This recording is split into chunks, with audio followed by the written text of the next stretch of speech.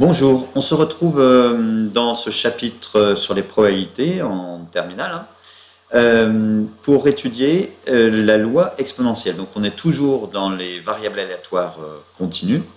On étudie les lois de probabilité et on va donner la définition de la loi exponentielle, une ou deux propriétés et puis à une démonstration qui est exigible et un exemple. Alors déjà, dans quel contexte vous aurez à utiliser cette loi?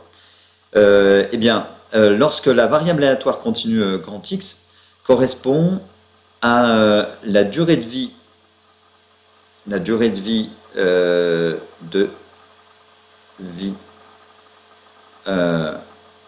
d'un objet mathématique, au sens général, d'un objet qui est non soumis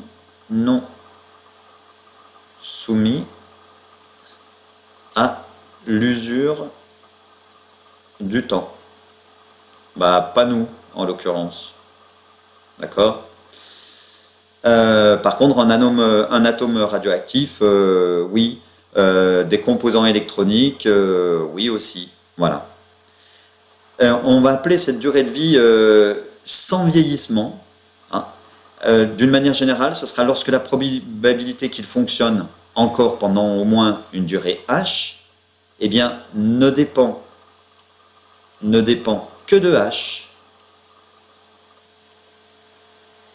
c'est-à-dire la durée de fonctionnement qui reste encore, et non de la durée qu'on va appeler t, de son fonctionnement passé. Eh bien, à ce moment-là, on appelle ça une durée de vie sans vieillissement. Et donc, dans ce contexte, on utilisera ce contexte qu'il faudra que vous appreniez à reconnaître dans les énoncés. On a la définition suivante qu'on utilisera. Alors, pour cela, on prend une variable aléatoire grand X, un paramètre lambda strictement positif. La loi exponentielle, on la notera, on dira que grand X suit la loi exponentielle de paramètre lambda, qui est là, un E cursif. À ce moment-là, pour tout réel A et B positif ou nul, avec A plus petit que B, eh bien, la loi de probabilité va être définie comme ça. P de grand X appartient à l'intervalle AB, alors AB ouvert ou fermé, peu importe, puisque normalement, puisqu'on est dans une loi de probabilité à variable aléatoire continue, P de grand X égale A va être égal à P de grand X égale B est égal à 0.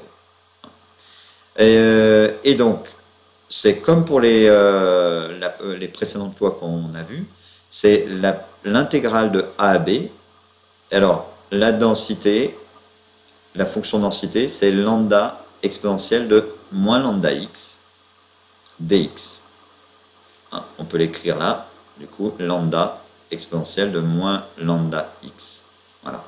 Si on continue un tout petit peu, ça va être quoi? Ça va être la primitive de... alors là, on reconnaît quoi? Une forme u' exponentielle de u. Ah oui, mais il y a le signe moins qui bloque. Et bien, c'est moins u' exponentielle de u. Donc la primitive, c'est moins exponentielle de u, c'est-à-dire de moins lambda x. D'accord? Entre a et b. Donc directement, ça nous fera exponentielle de moins lambda A, moins exponentielle de moins lambda B. On n'oublie pas que c'est grand F de B moins grand F de A, mais là, comme il y a un signe moins, du coup, j'ai inversé les signes. Vérifions qu'on a bien une fonction de densité de la loi exponentielle de paramètre lambda. Alors, P de grand X égale X pour tout réel petit x, ça doit être égal à quoi? Oui, à 0. Hop. 0, je vérifie, je prends A égale B. Donc à ce moment-là, un réel, grand X égale petit a. On remplace, ça va bien nous faire intégrale de A à A de lambda exponentielle de moins lambda x dx, ça fait bien 0.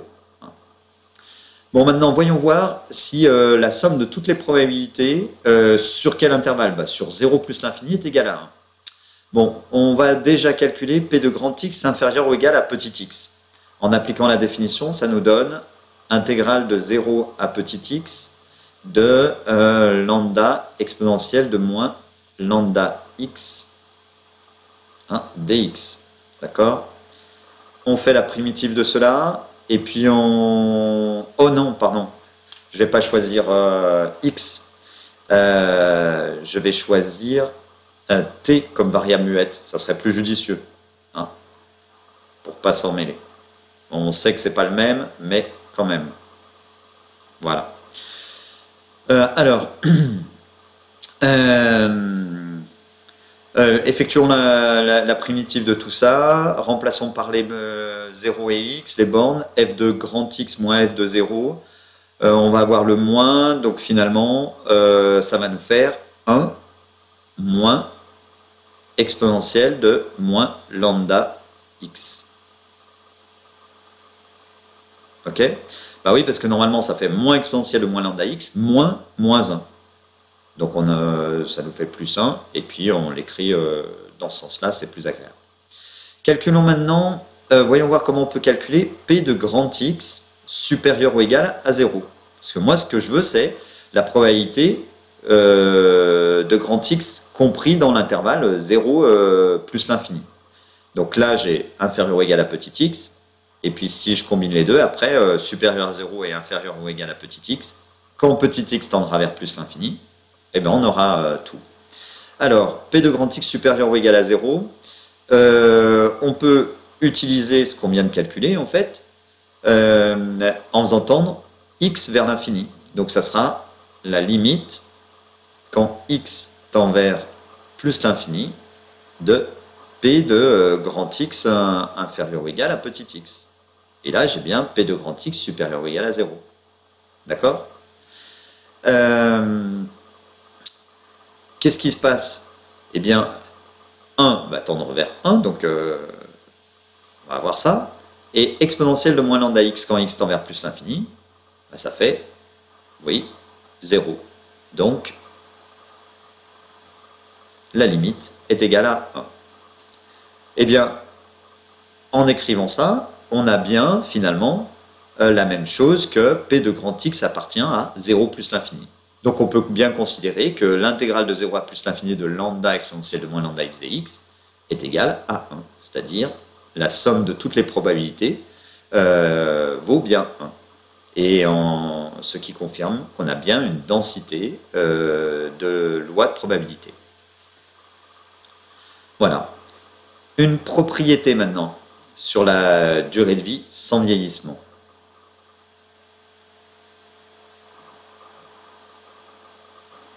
Alors si on considère une variable grand X aléatoire, hein, toujours continue, qui suit la loi exponentielle de paramètre lambda qu'on a définie, pour tout réel t et h positif, on a la probabilité de grand X supérieur ou égal à t plus h, sachant que déjà grand X est supérieur ou égal à t, cette probabilité va être égale à la probabilité que grand X soit supérieur ou égal à h. Alors, démontrons-le. La première partie de la démonstration, c'est on utilise notre définition et propriété sur les probabilités conditionnelles. P de A sachant B, hein, c'est P de A inter B sur P de B. Bon bah, voilà. L'événement grand A, c'est grand X supérieur ou égal à... non, mon événement grand A, c'est grand X supérieur ou égal à T plus H. Mon événement grand B, c'est grand X supérieur ou égal à T. Donc ça me fait P de A inter B sur P de B. Et là, j'ai bien P de A sachant B, dans l'univers grand B. Maintenant, l'événement grand X supérieur ou égal à T, intersection grand X supérieur ou égal à T plus H, avec H positif. Voilà. C'est la même chose que P de grand X supérieur ou égal à quoi? Ben oui, à T plus H. Hein, l'intersection entre les deux. Divisé par P de grand X supérieur ou égal à T. Ok.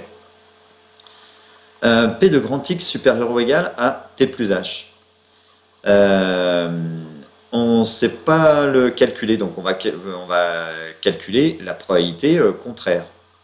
c'est-à-dire 1 moins P de grand X inférieur ou égal à T plus H.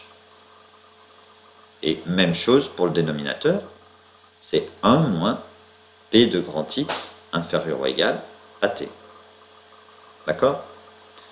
J'ai mis inférieur ou égal. C'est vrai que si on veut être un peu plus rigoureux, c'est inférieur strict. Ceci dit, comme on a une loi de probabilité continue, P de grand X égale T plus H, c'est 0, et P de grand X égale T, c'est 0. Donc, voilà, ça nous enlevait rien. Ça nous rajoutait rien. À quoi c'est égal, ça?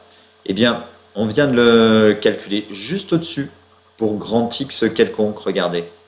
Là, on a calculé P de grand X inférieur ou égal à petit x. Donc, on remplace, pareil, hein, sauf que ça va nous donner ici 1 moins, parenthèse, 1 moins exponentielle de moins lambda facteur de T plus H. Bon, 1 moins 1, 0, donc il va nous rester exponentielle de moins lambda facteur de T plus H. Le dénominateur, bah, même chose, il nous reste exponentielle de moins lambda, mais cette fois T. 1 moins 1, on remplace par ça, hein. Sauf que x ici c'est T, donc 1 moins 1, 0, et moins exponentielle de moins lambda T, c'est exponentielle de moins lambda T. On utilise les propriétés sur les exponentielles. C'est égal à quoi? C'est égal à exponentielle de moins lambda H. D'accord? Exponentielle de moins lambda H, eh bien, par définition, c'est P de grand X supérieur ou égal à H. Même chose, hein, en remplaçant. Voilà.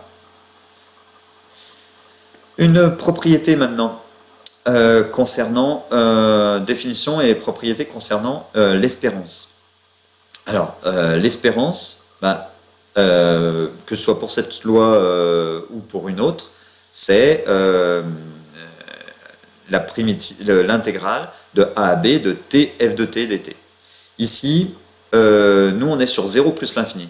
Alors, on ne va pas mettre plus l'infini en borne sur l'intégrale, on n'a pas encore vu comment on pouvait travailler avec ça. Donc on va écrire ça avec les limites, c'est-à-dire que c'est la limite quand x tend vers plus l'infini, de l'intégrale de 0 à x de t f de t dt.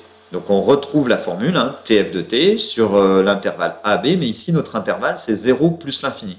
Donc plutôt que de mettre une borne plus l'infini, on n'a pas vu comment ça fonctionnait encore, ben, on met x et on prend la limite de cette intégrale, comme on a fait dans la démonstration précédente.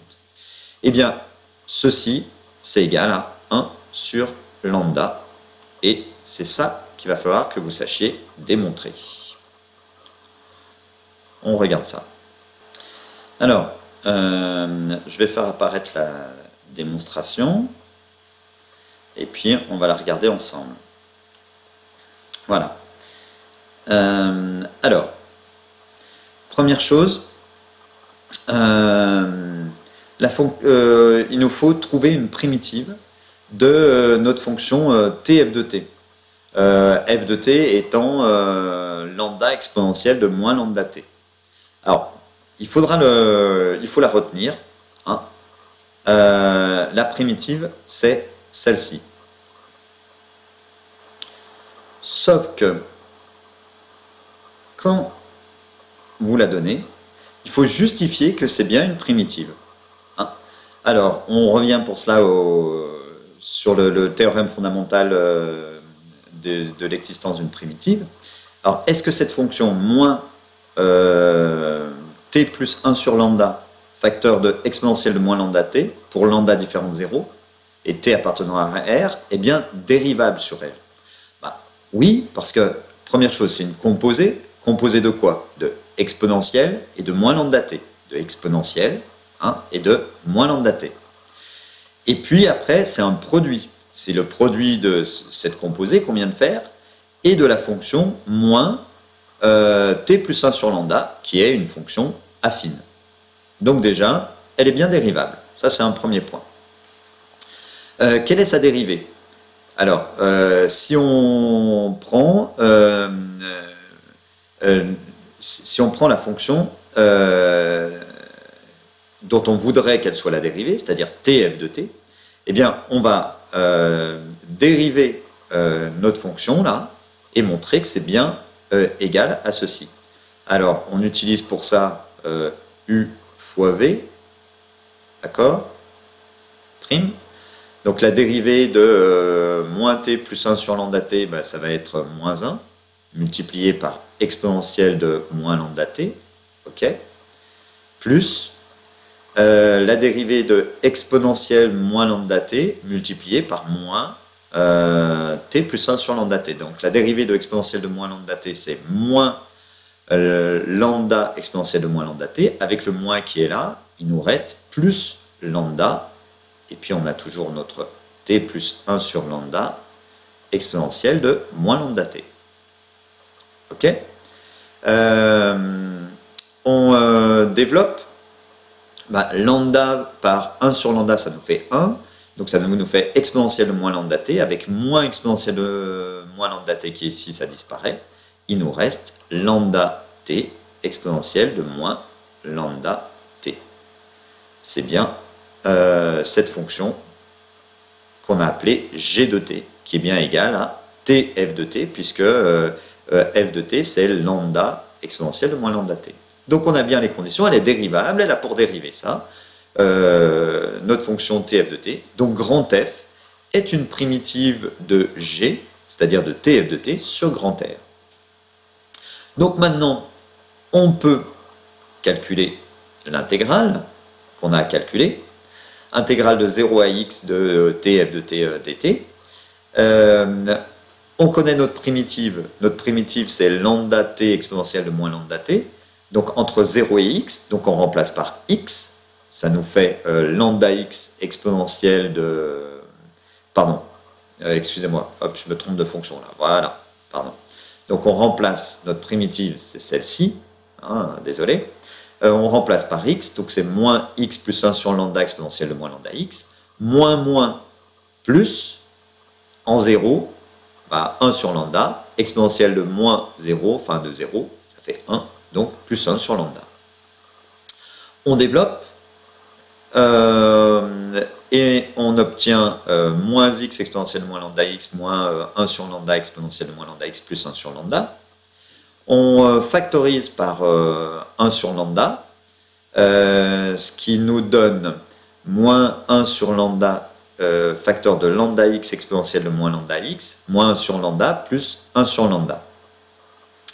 Pourquoi on factorise? Parce que si là, je veux faire la limite quand x tend vers plus l'infini, bon, ici j'ai bien 0, et ici, je suis un petit peu coincé, parce que je sais que je vais utiliser le théorème des croissances comparées, mais le théorème des croissances comparées me dit que c'est grand x exponentielle de moins grand x. Donc il faut que je fasse un petit changement de variable, et là on a fait la préparation du changement de variable.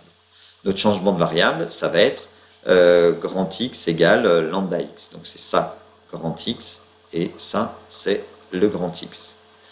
Donc en passant à la limite, et en utilisant le théorème de croissance comparée, hein, et en utilisant que c'est grand x, là j'ai mis le même, mais c'est un grand x égale lambda x, et bien à ce moment-là, on peut dire que cette limite est égale à 0, et puis exponentiellement lambda x, la limite c'est aussi égal à 0, donc 0, moins 0, plus 1 sur lambda, c'est bien égal à 1 sur lambda. Voilà. On va voir un exemple. On considère la durée de vie d'un composant électronique sur une bougie musicale. Bougie musicale, il y a un petit composant qui permet de faire quand on allume, etc. On considère la variable aléatoire qui correspond à cette durée de vie continue, hein, et on suppose qu'elle suit une loi exponentielle de paramètres lambda égale 0,0032. sachant que du coup un composant testé a fonctionné plus de 250 heures, calculer la probabilité qu'il tombe en panne avant 360 heures. Donc ça, probabilité conditionnelle, hein, en utilisant la probabilité qu'on vient de voir au-dessus. Donc vous pouvez déjà essayer. Puis après, calculer ensuite la durée de vie, la durée moyenne de vie d'un composant électronique de ce type. Voilà. Qu'est-ce que c'est la durée de vie moyenne? Rappelez-vous, hein, en fait c'est l'espérance. Donc il faut calculer l'espérance. Allez-y, et puis on regarde ça. Alors, commençons par écrire notre probabilité conditionnelle, celle qu'on cherche. Donc c'est P de... alors sachant quoi? Sachant que grand X est supérieur ou égal à 250 heures. Ok, et on veut P de grand X inférieur ou égal à 360, puisque c'est avant les 360 heures qu'on se demande la probabilité, on cherche la probabilité qu'il tombe en panne avant. On peut l'écrire comment ça? On peut l'écrire 1 moins P de, alors sachant grand X supérieur ou égal à 250, la probabilité contraire, donc c'est grand X supérieur ou égal à 360. P de grand X supérieur à 360, sachant que grand X est supérieur ou égal à 250. Bon, ça correspond à la propriété qu'on a vue au-dessus. Hein? Regardez, ici, avec quoi T c'est notre 250, T plus H c'est 360, donc H c'est 110. Eh bien, on va déjà l'écrire. Hein? Donc c'est égal à 1 moins P, alors sachant que grand X est supérieur ou égal à 250, de grand X supérieur à 250 plus 110. Supérieur ou supérieur ou égal, hein, comme on est dans le monde du continu, ça va être la même chose. Et puis, donc on l'applique, donc, d'après la propriété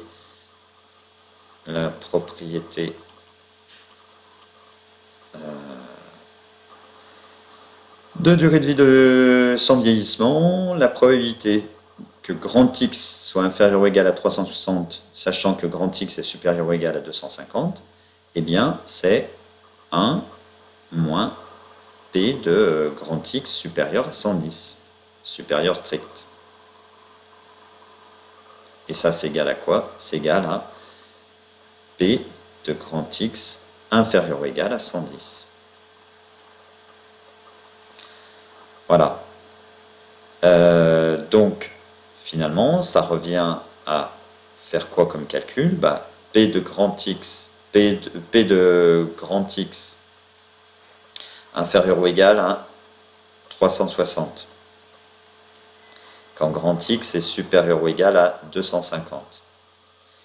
Eh bien, c'est égal à 1 moins exponentielle de, on prend le paramètre 0,0032 fois 110, hein, d'après la définition de la loi exponentielle.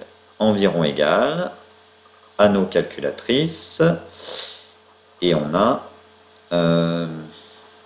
0,297. Voilà.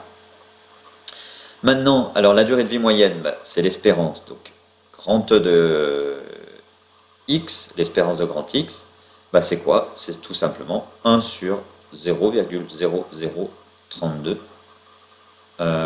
qui est égal à 312,5 heures. D'accord? Voilà.